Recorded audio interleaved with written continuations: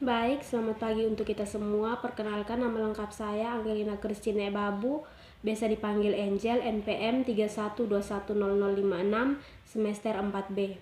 Di sini saya akan menjelaskan tentang tata cara membuat ringkasan. Yang pertama, membaca dan memahami naskah atau bacaan. Hal pertama yang harus dilakukan dalam membuat ringkasan adalah membaca dan memahami naskah atau bacaan yang asli.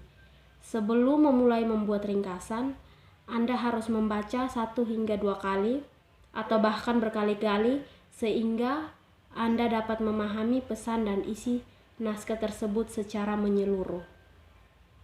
Selain itu, Anda juga harus mengetahui maksud pengarang dan sudut pandang yang digunakan pengarang dalam menulis naskah asli sehingga Anda dapat membuat ringkasan yang tepat mengacu pada karangan asli. Yang kedua, menulis ide pokok paragraf. Setelah membaca dan memahami naskah atau bacaan asli, langkah selanjutnya yaitu Anda harus mampu mencatat atau menulis ide pokok paragraf.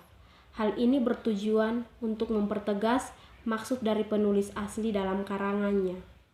Caranya adalah dengan memahami kembali karangan bagian demi bagian dan mencatat atau menulis ide pokok paragraf yang tersirat di dalam naskah tersebut.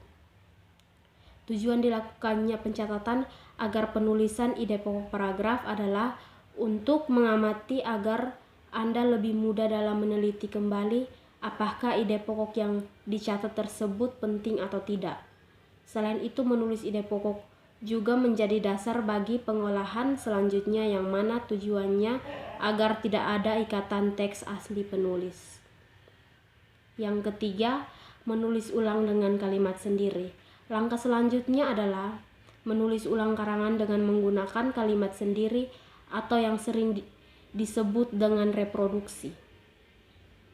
Untuk membuat reproduksi atau menulis ulang kalimat sendiri diperlukan beberapa pemahaman, yaitu yang pertama, susun ringkasan menggunakan kalimat tunggal, karena jika disusun menggunakan kalimat majemuk bisa jadi memiliki 2 atau lebih gagasan yang sifatnya paralel. Yang kedua, Anda harus menulis ulang dengan menggunakan kalimat menjadi frase dan frase menjadi kata. Hal ini agar didapatkan ide pokok atau gagasan sentral sehingga cara kerja ringkasannya hanya berupa berbagai ringkasan dan kalimat saja sehingga lebih jelas dan padat. Yang ketiga, besarnya ringkasan tergantung pada jumlah paragraf dan ide pokok yang ditemukan. Selain itu, adanya contoh dan ilustrasi dianggap penting untuk melihat bagian mana yang penting untuk dicantumkan di dalam ringkasan atau dapat lebih dipersingkat lagi.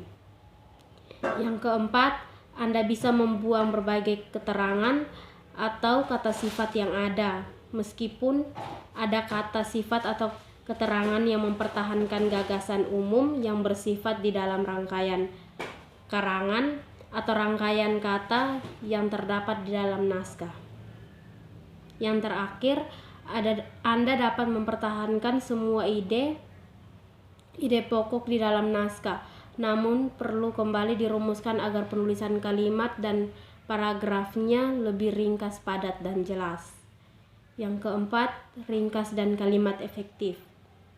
Kemudian Anda dapat membuat ringkasan kalimat menggunakan kalimat efektif. Artinya, Anda tidak perlu menulis kembali kalimat dalam bentuk yang panjang. Anda bisa menulis kembali dengan mengubah kalimat menjadi frasa dan frasa diubah menjadi kata. Dengan demikian penggunaan kalimatnya menjadi lebih efektif karena padat dan tepat guna. Yang kelima, pastikan alur sesuai. Di dalam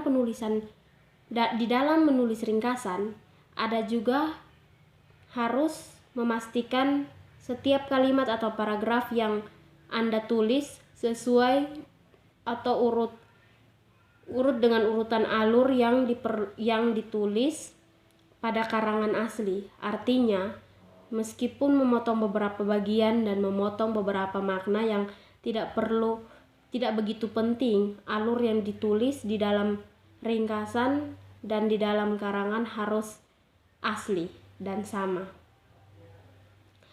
Anda harus menyusun berbagai rangkaian kalimat demi kalimat dan bahkan menyusun ide pokok dengan urutan yang sesuai dengan alur yang ada di naskah atau karangan asli.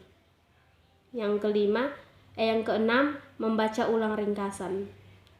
Tahap terakhir yaitu membaca ulang ringkasan yang sudah dibuat. Artinya setelah Anda menuliskan kembali ringkasan dengan baik, sesuai dengan alur dan juga menyampaikan maksud dan tujuan dari karangan asli dengan tepat, Anda harus kembali membaca ulang ringkasan yang sudah ditulis.